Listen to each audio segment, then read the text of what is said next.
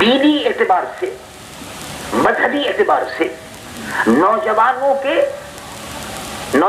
کی جوانی کو تباہ کرنے والا، بڑے بوڑھوں کی آنکھوں کے نور کو ضائع کرنے والا اور برباد کرنے والا اس ملک میں ضیاء الحق ہے، جس نے ہیروئن متعارف کرا کر نوجوانوں کی زندگی کو تباہ کر دیا اور سینکڑوں والدین کی آنکھوں کو بے نور کر دیا۔ ضیاء الحق ہے۔ اس سے پہلے ہیروئن اس ملک میں روشناس نہیں تھی۔ اس ملک کو ضرورت تھی بہادر جنرلوں کی، جو بھارت نے مشرقی پاکستان کو فتح کرنے کے بعد چیلنج دیا اور کہا کہ ہم نے دو قومی نظریے کو مشرقی بنگال میں ڈبو دیا، خلیج بنگال میں غرق کر دیا۔ ضیاء الحق صاحب نے بجائے اس کے کہ اس دو قومی نظریے کی بنیاد پر ان بنیادوں کو مضبوط کرتے اور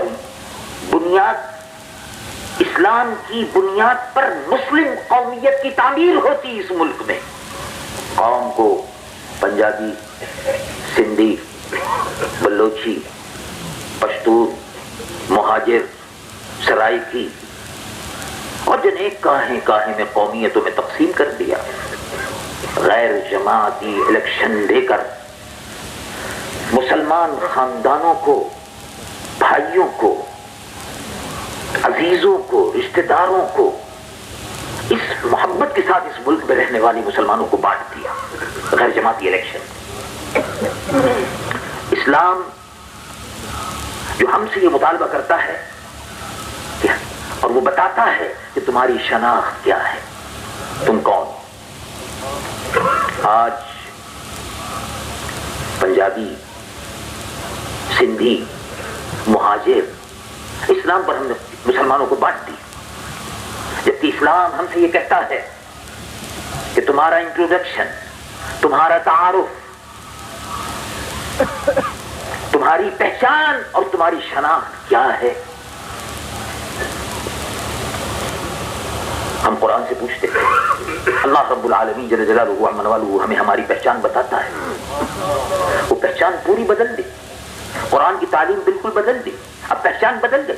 پورے ملک میں قومیتوں کا ایک جال بچھا ہوا ہے، وہ لوگ کہ جو پاکستان کے دشمن ہیں اس کو توڑنا چاہتے ہیں اور قومیتوں کا پرچار کر رہے ہیں۔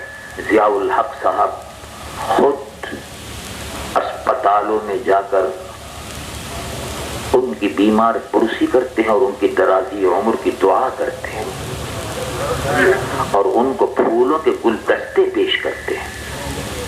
یہ واقعہ ہے، آپ نے سنا ہوگا، یہ سب واقعہ ہمارے راہ کے سامنے ہیں۔ جب ہم یہ کہتے ہیں کہ مسلم قومیت کو سب سے بڑا نقصان ضیاء الحق نے پہنچایا، تو یہ بات اپنی جگہ پر صحیح ہے، اس لیے کہ ان لوگوں کی سرپرستی کی گئی جو مسلم قومیت کے دشمن ہیں، ان لوگوں کی سرپرستی کی گئی جو سندھی قومیت کا پرچار کر رہے ہیں، پنجابی قومیت کا پرچار کر رہے ہیں، یا پشتون قومیت کا پرچار کر رہے ہیں، یا بلوچ قومیت کا پرچار کر رہے ہیں، اور مہاجر قومیت کا پرچار کر رہے ہیں، ان کی سرپرستی کی گئی۔ اور ضیاء الحق اصل میں مجرم ہے۔ پھر آگے چلیے، اسلام ہم سے یہ کہتا ہے کہ تمہاری شناخت میں تم کو بتاتا ہوں۔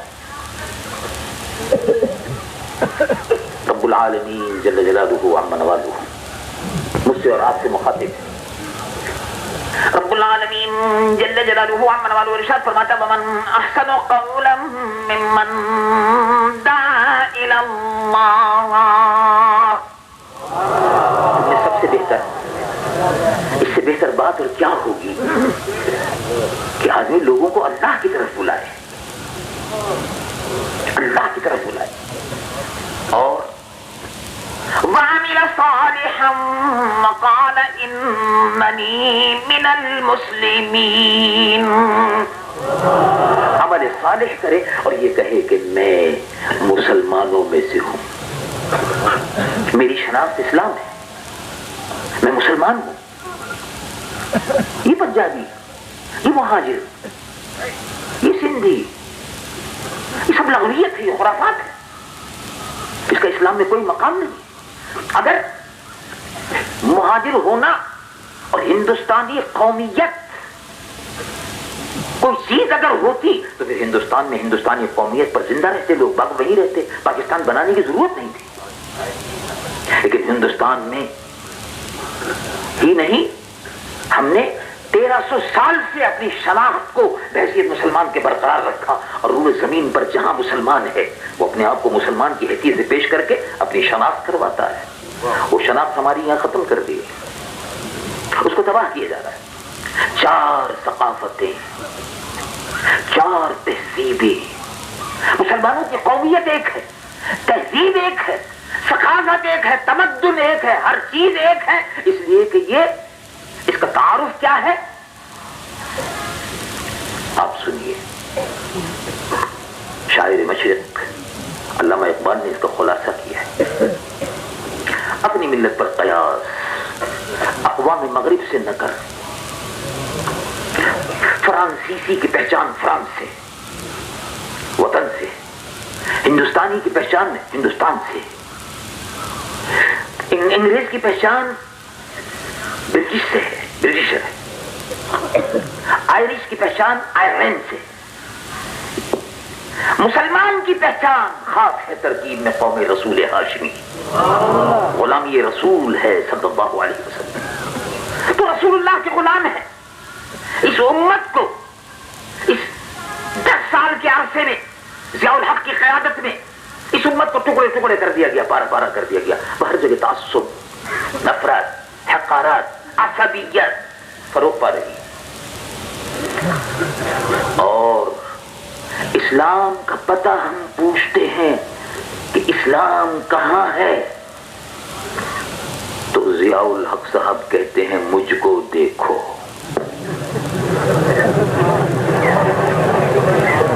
میرے ساتھ جو کھڑی ہوئی ہے اس کو دیکھو۔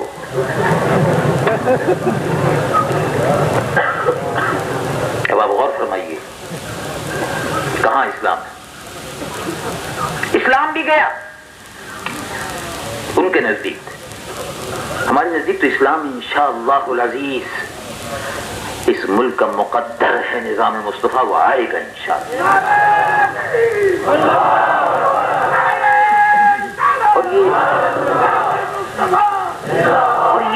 اور یہ جو جھاڑ جھنکار ہے، یہ جھاڑ جھنکار ختم ہو جائے گی جب ریلا آئے گا نظام مصطفیٰ کا، یہ جھاڑ جھنکار ضیاء الحق کی بہہ جائے گی۔ تو اسلام کو سب سے بڑا نقصان ضیاء الحق نے پہنچایا، رستہ اسلام کا ضیاء الحق نے روکا، ملک کے دفاع کو کمزور کیا، بزدل جنرل نے سیاچین گلیشیر بھارت کے حوالے کر دیا۔ اب کہتے ہیں ہم مذاکرات کے ذریعے سے لے لیں گے، 2.5 سال تو ہو گئے ہیں، نہ مذاکرات ہے نہ آتا پتہ ہے، بھارتی فوجیں دن دنا رہی ہیں، 1500 مربع کلومیٹر سے زیادہ علاقے پر بھارتی فوجیں قابض ہیں، اور جنرل صاحب جو ہیں شادیوں میں بیٹھ کر دولہا دلہن کے درمیان فوٹو کھنچوا رہے ہیں، فرصت ہی نہیں، کرکٹ کا میچ دیکھ رہے ہیں، فرصت نہیں، ہندوستان سے درخواست کر رہے ہیں کہ ہم کرکٹ کا میچ دیکھنے کے لیے آنا چاہتے ہیں، اجازت دے دیجیے۔ مسلمان کو کبھی کسی مسلمان جنرل نے ہندوستان میں جانے کے لیے اجازت کبھی نہیں لی، نہیں لی۔ محمود غزنوی نے کہا ہم آ رہے ہیں، اگر رستہ روک سکتے ہو تو روک کر دکھاؤ۔ شہاب الدین غوری نے کہا ہم آ رہے ہیں، اگر روک سکتے ہو تو روک کر دکھاؤ۔ یہ تھے مسلمان فاتح، یہ تھے مسلمان جنرل، اور اب ان بزدل جنرلوں سے سابقہ پڑا ہے، جنرلوں کا سینڈیکیٹ، اسمگلروں کا سینڈیکیٹ، ہیروئن کے کاروبار کرنے والوں کا سینڈیکیٹ، جنہوں نے اس ملک کی اخلاقی، روحانی اور اسلامی اقدار کو تباہ اور برباد کر دیا۔ اب آج قوم کے پاس قوم کے پاس کیا ہے؟ بچی کھچی متاع عزیز، وہ ایمان ہے جس کو عشق رسول کہتے ہیں، بس یہ باقی رہتی ہے۔ لیکن یہ رمق جو باقی ہے ایمان کی اور اسلام کی، جو آپ کے سینوں میں اور آپ کے چہروں پہ نظر آ رہی ہے، یہی انشاءاللہ اس ملک میں نظام مصطفیٰ کی روشنی لا کر رہے گی۔ تو میں نے کہا ان سے کہ آپ جو یہ کہتے ہیں کہ شریعت نافذ کرو، شریعت نافذ ہو سکتی ہے، شریعت نافذ ہوگی اور ہو جاتی۔ اگر سن 1973 کا آئین اس ملک میں ہوتا نافذ اور ماشاء اللہ اس ملک میں نہ لگتا تو شریعت تو اب تک نافذ ہو چکی ہوتی۔ رستہ روکا ہوا ہے جنرل صاحب نے، رستہ روکا ہوا ہے۔ جب تک آپ اس بدبو کو دور نہیں کریں گے شریعت نافذ نہیں ہوگی۔ میں نے کہا ہم آپ کا ساتھ دینے کے لیے تیار ہیں، آپ آج ہی کہیے کہ آپ بدبو نکالیں گے، آپ کہیے۔ اور کہا بات اصل میں یہ ہے، وہ منصورہ برانڈ والے جو تھے وہ بولے، کہنے لگے بات اصل میں یہ ہے، قاضی صاحب نے فرمایا مولانا 2 سال تو 90 میں رہ ہی گئے ہیں اور برداشت کر لیجیے۔ تو میں نے کہا ٹھیک ہے، آپ سوکھتے رہیے اس کو اور وہی پانی پیتے رہیے، ہم تو نہیں برداشت کرتے، نہ اس کے کنویں کا پانی پیتے، نہ اس کنویں کا پانی پیتے ہیں، نہ اس کنویں سے گزرتے ہیں۔ پورے 10 سال ہو گئے ماشاء اللہ سے جمعیت علماء پاکستان نے کسی قسم کا کوئی تعاون نہیں کیا، اور جمعیت علماء پاکستان کو فخر ہے اس بات پر کہ جمعیت علماء پاکستان کی بنیاد امام اہل سنت غزالی حجت الاسلام حضرت علامہ سید احمد سعید شاہ صاحب کاظمی نور اللہ مرقدہ نے اس کی بنیاد اسی انوار العلوم میں رکھی۔ سبحان اللہ۔ فیضان امام اہل سنت، فیضان امام اہل سنت، جمعیت علماء پاکستان اور حضرت علامہ مولانا ابو الحسنات صاحب قادری نور اللہ مرقدہ اور دیگر اکابر علماء اہل سنت یہاں انوار العلوم میں موجود تھے۔ اس ساعت سعید میں جمعیت علماء پاکستان وجود میں آئی، اور آج آپ دیکھ رہے ہیں کہ کس طرح جمعیت علماء پاکستان مجاہد ملت مولانا عبدالستار صاحب نیازی کی شکل میں اس سرزمین پر کلمہ حق کو بلند کر رہی ہے۔ پورے ملک میں جمعیت علماء پاکستان کے خادمین جو وفادار ساتھی،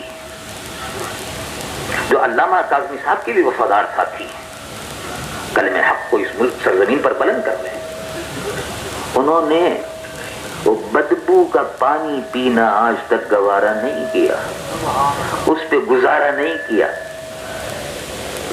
جن کو بدبو راس آتی تھی وہ چلے گئے، پی رہے ہیں، وہ پی رہے ہیں، پی رہے ہیں، اور ظاہر ہے اور جب وہ پانی وہ بدبودار کوئی آدمی پیتا ہے تو اس کا لقب وفاقی وزیر ہو جاتا ہے، وفاقی وزیر ہوتا ہے، اور جتنا زیادہ قریب ہوتا ہے اتنا ہی پھر ماشاءاللہ چشم بدو۔ تو میں کر رہا تھا کہ جمعیت علماء پاکستان کی ایک تاریخ ہے، اور الحمدللہ حضرت علامہ کاظمی صاحب نور اللہ مرقدہ نے جس طرح سے اپنی پوری زندگی سلاطین سے اور سلطنت سے، امیر سے اور امراء سے بے نیاز رہ کر گزاری، اسی طرح موجودہ قیادت بھی گزار رہی ہے۔ یہ ہمیں فخر ہے، ہم ان کے نقش قدم پر چل رہے ہیں، یہ کوئی ہمارے لیے نئی بات نہیں، ہم تو ان کے نقش قدم پر چل رہے ہیں۔ ہم کوئی تاریخ خود نہیں بنا رہے، بنی بنائی تاریخ ہمارے بزرگوں کی ہمارے سامنے ہے، ہم اس کا اتباع کر رہے ہیں، اس کی پیروی کر رہے ہیں، اور اللہ سے دعا ہے اللہ ہمیں مزید توفیق عطا فرمائے۔ تو میں یاد کر رہا تھا کہ اس ملک میں اصل فساد کی جڑ اور ملک کی سلامتی کے لیے سب سے بڑا خطرہ جنرل ضیاء الحق ہے۔ ملک کی اسلامی قدروں کو اسمگلنگ، ہیروئن، رشوت، بددیانتی، راتوں رات دولت مند بننے کا شوق، مادیت، پیسہ ہائے پیسہ، یہ سارے چسکے اس 10 برس کے عرصے میں لگے ہیں. جتنا جلدی اس ملک کو ضیاء الحق سے نجات ملے. اور وہ سارے کارندے ان کے بیٹھے ہوئے ہیں نیچے سے اوپر تک. اب آپ غور فرمائیے، چھوٹا سا مسئلہ ہے.